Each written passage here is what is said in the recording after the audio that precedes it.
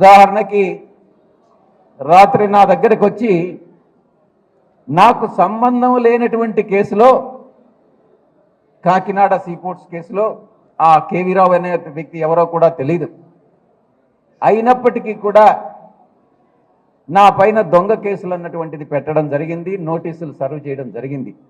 నేను ఒక్కటే చెప్తా ఉన్నా, మీరు ఏదైతే ఈరోజు చేస్తున్నారో అవన్నీ మిమ్మల్ని తిరిగి 2027 తర్వాత మిమ్మల్ని వెంటాడుతాయి అన్నటువంటి విషయాన్ని మీరు గుర్తుపెట్టుకోవాలి అని నేను చెప్తా ఉన్నా. నేను ఒక్కటే విజ్ఞప్తి చేస్తా ఉన్నా, వైఎస్ఆర్ కాంగ్రెస్ పార్టీ సపోర్టర్స్కి కానీ, కార్యకర్తలకు కానీ, నాయకులకు కానీ భయపడాల్సినటువంటి అవసరం లేదు. అవసరమైతే జైలుకు పోతాం, 3 నెలలో 6 నెలలో జైల్లో ఉండొస్తాం. తప్పుడు కేసులు పెట్టినంత మాత్రాన భయపడితే మనకు ప్రజాసేవ చేసేటటువంటి భాగ్యాన్ని మనం కోల్పోతాం. భయపెట్టినంత మాత్రాన మనం పార్టీలు మారడం అన్నటువంటిది ఉండకూడదు. ఇక్కడే ఉండి మనకు జరిగినటువంటి అన్యాయాన్ని ప్రజలకు చెప్పి తిరిగి ఎన్నికై వాళ్ళు చేసినటువంటి దుర్మార్గాలను మనం చేయం. కానీ ఏదైతే ప్రజలకు అనుకూలంగా ఉండి రాష్ట్ర అభివృద్ధికి, దేశ అభివృద్ధికి, పేదల అభివృద్ధికి ఏదైతే చేయాలనో అదంతా కూడా మనం చేస్తామనని నేను ఈ సందర్భంగా తెలియజేసుకుంటా ఉన్నా. రకరకాలైనటువంటి కేసులు ప్లాన్ చేస్తూ ఉన్నారు. లిక్కర్ కేసట, శాండ్ కేసట, ఇదేదో సీపోర్ట్స్ కేసు అంట.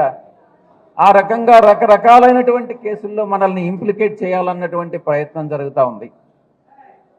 నేను ఒక్కటే చెప్పా, మీరు లుకౌట్ నోటీసులు ఇవ్వాల్సినటువంటి అవసరం లేదు. నేను ఈరోజు ఇక్కడికి వచ్చాను, నా మీద లుకౌట్ నోటీస్ ఇచ్చారు. ఈరోజు కావాలంటే అరెస్ట్ చేసుకోవచ్చు కదా. లుకౌట్ నోటీస్ ఇవ్వాల్సినటువంటి అవసరం ఏముంది?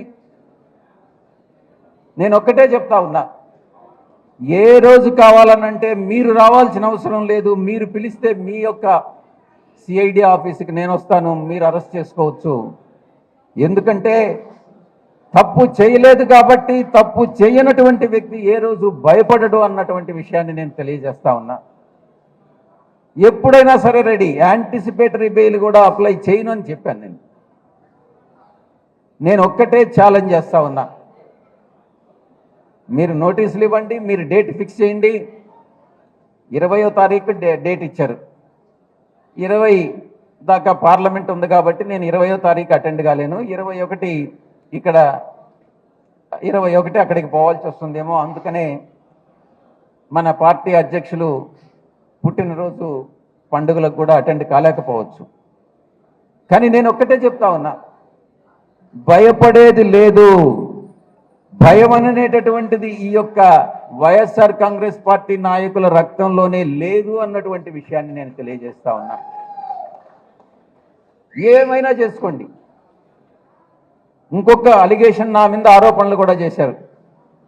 నేను విశాఖపట్నంలో భూములు కబ్జా చేశానంట. నేను ఛాలెంజ్ చేసి చెప్తా ఉన్నా, నేను ఎక్కడ ఒక్క సెంట్ గవర్నమెంట్ భూమి కూడా, 1 ఇంచి గవర్నమెంట్ భూమి కూడా నేను కబ్జా చేయలేదు.